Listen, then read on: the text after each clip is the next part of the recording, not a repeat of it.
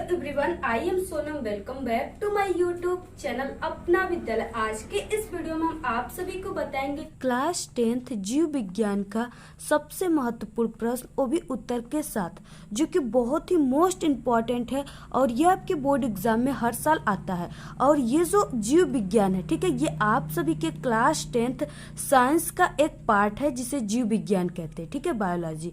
तो ये जो क्वेश्चन हम आप सभी को बता रहे हैं ये एनसीईआरटी बुक से है और आपका जो बोर्ड एग्जाम का पेपर बनता है वो एनसीईआरटी से ही बनता है, ठीक है। तो अगर आप लोग भी इस बार टारगेट बनाए हो कि इस बार आपको बोर्ड एग्जाम में 95% लाकर, ठीक है, एक टॉपर स्टूडेंट बनना है, तो आप लोग इस वीडियो को प्लीज बिना स्किप किए लास्ट तक देखिए, क्योंकि इस वीडियो में हम आप सभी को बताएंगे क्लास 10th साइंस के सबसे मोस्ट इम्पॉर्टेंट क्वेश्चन आंसर, ठीक है, वो भी उत्तर के साथ बताएंगे और बहुत ही अच्छे तरीके से बताएंगे। अगर आप लोग हमारे चैनल से क्लास 10th, ठीक है, साइंस यानी विज्ञान की तैयारी करेंगे तो आपका बोर्ड एग्जाम में 70 नंबर बिल्कुल पक्का है, ये मेरी 100% गारंटी है, क्योंकि जितने भी हम आप सभी को क्वेश्चन बताएंगे वो आपके बोर्ड परीक्षा में 101% पक्का गारंटी है कि आएगा, ठीक है। तो सबसे फर्स्ट क्वेश्चन क्या है जो आपके एग्जाम में हर साल आता है, ठीक है, तो ये क्वेश्चन क्या है जो कि वेरी मोस्ट इम्पॉर्टेंट क्वेश्चन है।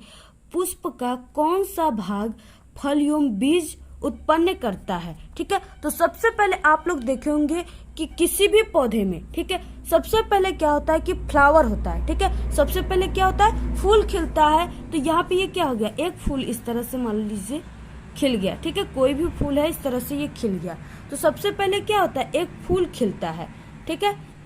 इसके बाद क्या होता है, ठीक है, निषेच, इसमें क्या होता है, कीटों के द्वारा, ठीक है, भौरों के द्वारा, और भी कई माध्यम होते हैं, ठीक है, जैसे जल हो गए, जल के द्वारा भी होता है निषेचन, यानी कई प्रकार से इसमें क्या होता है कि निषेचन के पश्चात, यानी इसमें क्या होता है, निषेचन होता है।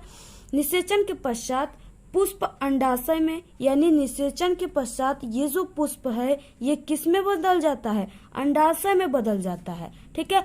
और तथा फिर अंडाशय बचता है, यानी पुष्प से क्या हुआ, अंडाशय बना, अंडाशय से अब क्या बनेगा, तो यहाँ पे देखिए अंडाशय, यानी कि अंडाशय फल में, और जो अंडाशय है वो किस में बदल जाता है, फल में बदल जाता है, और फिर उसके बाद बीजांड द्वारा बीज का निर्माण होता है, ठीक है। सबसे पहले क्या होता है, फूल खिलता है, इसके बाद वो अंडाशय बनता है, अंडाशय के बाद वो फल बन जाता है, फल के बाद वो बीजांड बन जाता है, बीजांड के बाद क्या होता है, बीज उत्पन्न हो जाता है, जिससे आप लोग बो करके फिर से नए पौधे को उगा देते हो, ठीक है।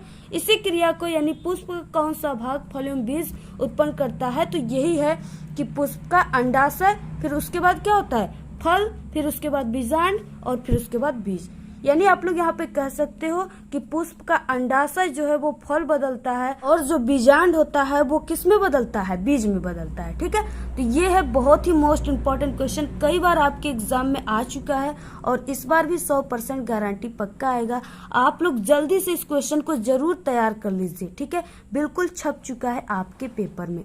नेक्स्ट क्वेश्चन जो कि वेरी मोस्ट इम्पोर्टेंट क्वेश्चन है, ठीक है, आपके एग्जाम में हर साल आते हैं, वो है कि परागण किसे कहते हैं, ठीक है। ये क्वेश्चन बहुत इंपॉर्टेंट है, जितने भी हम क्वेश्चन बता रहे हैं आपको ना, सभी बहुत ही मोस्ट इम्पोर्टेंट क्वेश्चन है, ठीक है।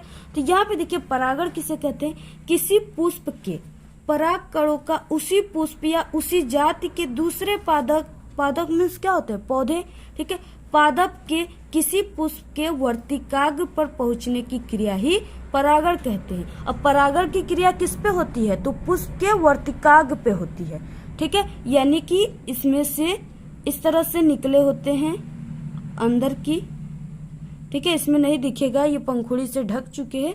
ये क्या होता है, वर्तिकाग्र होता है। परागण की क्रिया किस पे होती है, इसी पे होती है, ठीक है। यानी भौरे होते हैं, कीट होते हैं, वो क्या होते हैं, एक दूसरे, यानी कि नर पुष्प से मादा पुष्प पे आते हैं, जिसमें उसमें क्या होता है कि उसमें पराग कण जो होते हैं वो उनके पैरों में चिपक जाते हैं। वो क्या होते हैं कि इस अगर यहाँ पे दूसरे पुष्प पे बैठते हैं तो उनके पैरों के जो परागण होते हैं, ठीक है, पराग कण, वो क्या होते हैं, पुष्प के वर्तिकाग्र पे चले जाते हैं, जिससे निषेचन की प्रक्रिया हो जाती है, और उसके बाद अंडाशय, ठीक है, फिर फल, फिर बीजांड, और उसके बाद फल का निर्माण हो जाता है। तो यहाँ पे इसी तरह से क्या हो जाता है, परागण की क्रिया हो जाती है। लेकिन यहाँ पे देखिए क्या दिया हुआ है कि पराग कणों का उसी पुष्प या उसी जाति के दूसरे पादप के किसी पुष्प के वर्तिकाग्र पे, ठीक है, यानी उसी पुष्प या उसी जाति के दूसरे पुष्प, यानी जाति उसी जाति का होना चाहिए, ठीक है, अन्य जाति का नहीं होना चाहिए। यानी कि जैसे गुड़हल हो गया तो उसका जो परागकण है वो गुड़हल के पास जाएगा तभी फल का निर्माण होगा, ठीक है। यह नहीं कि जो गुड़हल है उसका परागकण चला गया किसी और चमेली के पास, ठीक है, तब उसमें परागण की क्रिया नहीं होगी, ऐसे समझिए आप लोग। नेक्स्ट क्वेश्चन है, बहुत ही इंपॉर्टेंट है, ठीक है, एग्जाम के पेपर में आपके छप चुके हैं, वो है कि कायिक जनन किसे कहते हैं। तो यहाँ पे देखिए जो कायिक जनन है वो बहुत ही इंपॉर्टेंट है। तो यहाँ पे देखिए जैसे यहाँ पे एक क्या हो गया, ये पौधा हो गया, ठीक है, और यहाँ से इसकी एक टहनी निकली हुई है। तो यहाँ पे कायिक जनन में क्या होता है कि ये जो पौधा है ये क्या है, मातृपादप है, ठीक है, यानी ये जो टहनी है इसका ये पौधा माँ है, इस तरह से आप लोग समझिए, ठीक है।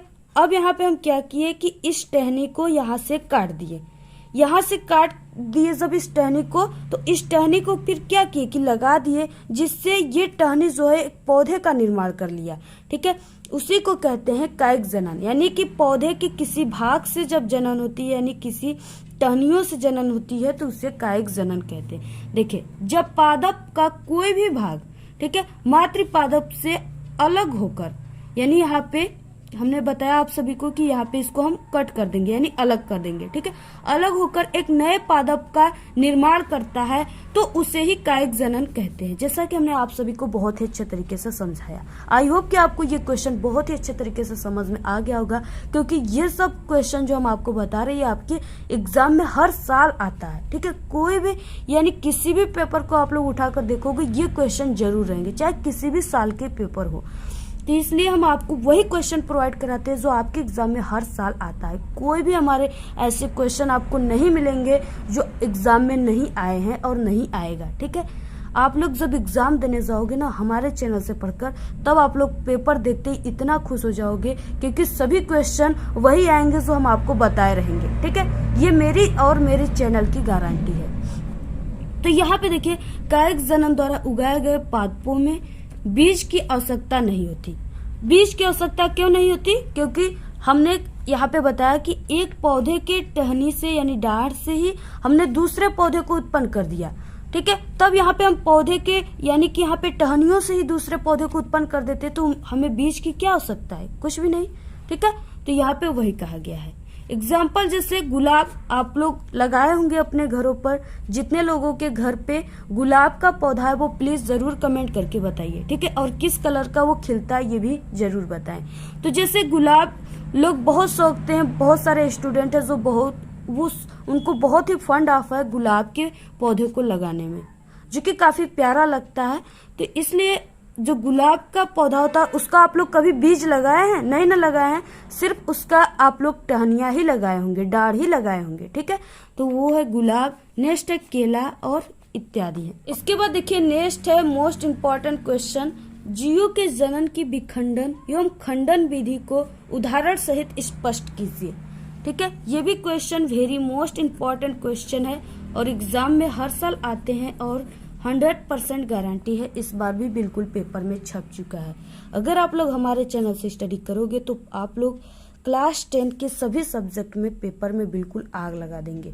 आग लगाने का मतलब है कि पूरे के पूरे क्वेश्चन को सॉल्व करके आएंगे, ठीक है। तो यहाँ पे विखंडन, सबसे पहले हम आप सभी को विखंडन बताएंगे। विखंडन किसे कहते हैं, क्या होता है। इस विधि में यानी विखंडन विधि में, ठीक है, कोशिका दो भागों में विभाजित हो जाता है। जैसा कि आपको नाम से ही समझ में आ गया होगा, विखंडन यानी एक खंड का कई खंड हो जाना ही विखंडन कहलाता है, ठीक है। तो विधि में कोशिकाएं दो भागों में विभाजित होकर नई संतति कोशिकाओं का निर्माण करती है। यानी एक पौधा है, ठीक है, वो दो भागों में यानी यहाँ पे टहनियां जो हमने बताया अलग होकर के क्या करती है, एक संतति कोशिकाओं का निर्माण करती है, उसी को विखंडन कहते हैं। जैसे जीवाणु और युग्लिना, ठीक है, ये सब होते हैं। नेक्स्ट यहाँ पे क्या हो गया, खंडन। खंडन में क्या है कि इसमें सुकाय के कायिक सूत्र या तंतु टूट जाते हैं तथा इन टूटे सूत्रों का प्रत्येक भाग वृद्धि करके नए पादप का निर्माण कर लेता है। ठीक है, जैसे शैवाल और कवक। ठीक है, बहुत ही इंपॉर्टेंट है, आप लोग इसे भी तैयार कर लो। तो ये रहे आज के मोस्ट इम्पॉर्टेंट क्वेश्चन जो कि आपके क्लास 10 साइंस के यानी कि एक भाग बायोलॉजी है जिसे जीव विज्ञान कहते हैं, उनके ये सभी क्वेश्चन थे। आप लोग इसे जल्दी से तैयार कर लो क्योंकि सबसे ज़्यादा यानी आपका जो एग्जाम में क्वेश्चन आता है, ठीक है, वो फिजिक्स से आता है, साइंस के, और फिर उसके बाद नेक्स्ट जो आता है वो जीव विज्ञान से आता है। ठीक है, तो आप लोग इन दोनों को तैयार कर लो। साथ ही साथ हम आप सभी को बता दें कि अगर आप लोग एग्जाम में क्लास 10 साइंस में 70 में 70 पूरा नंबर लाना चाहते हो तो आप लोग हमारे चैनल पे साइंस क्लास 10 का, ठीक है, प्लेलिस्ट बना हुआ है, उस प्लेलिस्ट पर क्लिक करके सभी जितने भी इम्पोर्टेंट वीडियो है सभी को देख लीजिए आप लोग। ठीक है, इससे पहले हम जो आपके क्लास 10 साइंस है उसका यानी कि जो केमिस्ट्री वाला पार्ट है फर्स्ट, उसको पूरा पढ़ा चुके हैं, यानी पूरे इंपॉर्टेंट क्वेश्चन बता चुके हैं। ठीक है, और जो जीव विज्ञान है उसके भी हमने 3 चैप्टर तक पढ़ाया अब तक, और इसके बाद जो आपका फिजिक्स है उसमें लगभग 8 चैप्टर हमने बता चुका है। अगर आप लोग नहीं देखे हो तो जल्दी से देखो क्योंकि समय आपके पास बहुत ही कम है। अभी तक अगर आप लोग कोर्स नहीं पूरा किए हो तो आप लोग एग्जाम में कुछ नहीं कर सकते। ठीक है, इसलिए हमारे चैनल पे सबसे तेजी से पढ़ाई जा रही है। आप लोग सभी क्वेश्चन को जल्दी से तैयार कर लीजिए। ठीक है, और वही क्वेश्चन को पढ़िए क्योंकि समय आपके पास बहुत कम है, जो आपके एग्जाम में हर साल आते हैं, और एग्जाम के पेपर में बिल्कुल छपने वाले क्वेश्चन को ही याद कीजिए। ठीक है, फालतू क्वेश्चन को मत याद कीजिए क्योंकि वैसे क्वेश्चन आपके एग्जाम में कभी भी नहीं आते। ठीक है, और समय कम है, इस समय कम में आप लोग सिर्फ इम्पोर्टेंट क्वेश्चन को ही ध्यान दीजिए, आपका 70 में 70 पूरा नंबर आएगा। तो आप लोग इस वीडियो को अपने सभी दोस्तों में शेयर कीजिए क्योंकि जितने भी हम क्लास 10th के वीडियो आप सभी लोगों को प्रोवाइड कराते हैं उस पर बहुत ही कम व्यूज आते हैं। इसका मतलब कि आप लोग अच्छे से अभी तक स्टडी नहीं कर रहे हो। ठीक है, इसलिए आप लोग अच्छे से देखिए, स्टडी कीजिए क्योंकि हम बहुत ही मेहनत से पढ़ाते हैं, तो आपको भी अच्छे से पढ़ना चाहिए, मेहनत से पढ़ना चाहिए, तभी आप लोग अच्छे नंबर लाओगे। ठीक है, तो आप लोग अच्छे से स्टडी कीजिए, डेली पढ़ाई कीजिए, और जितने भी हमारे वीडियो आ रहे हैं क्लास 10th टॉपिक के सभी को आप लोग देखिए। ठीक है, और आप लोग इस वीडियो को अपने व्हाट्सएप ग्रुप पे सभी दोस्तों को जरूर शेयर कीजिए, और आप लोग हमारे टेलीग्राम चैनल को जरूर ज्वाइन कीजिए, उसका लिंक आपको इस वीडियो के डिस्क्रिप्शन में मिल जाएगा। आज के इस वीडियो में इतना ही। आपको वीडियो कैसा लगा? अगर वीडियो पसंद आए तो एक बड़ा सा लाइक कर दे, चैनल पे ना तो सब्सक्राइब करके बेल आइकन को जरूर प्रेस कर दे। आप लोग इस वीडियो को सभी दोस्तों में प्लीज शेयर कीजिए, कमेंट करना बिल्कुल ना भूले। Thanks, all the very best, bye bye.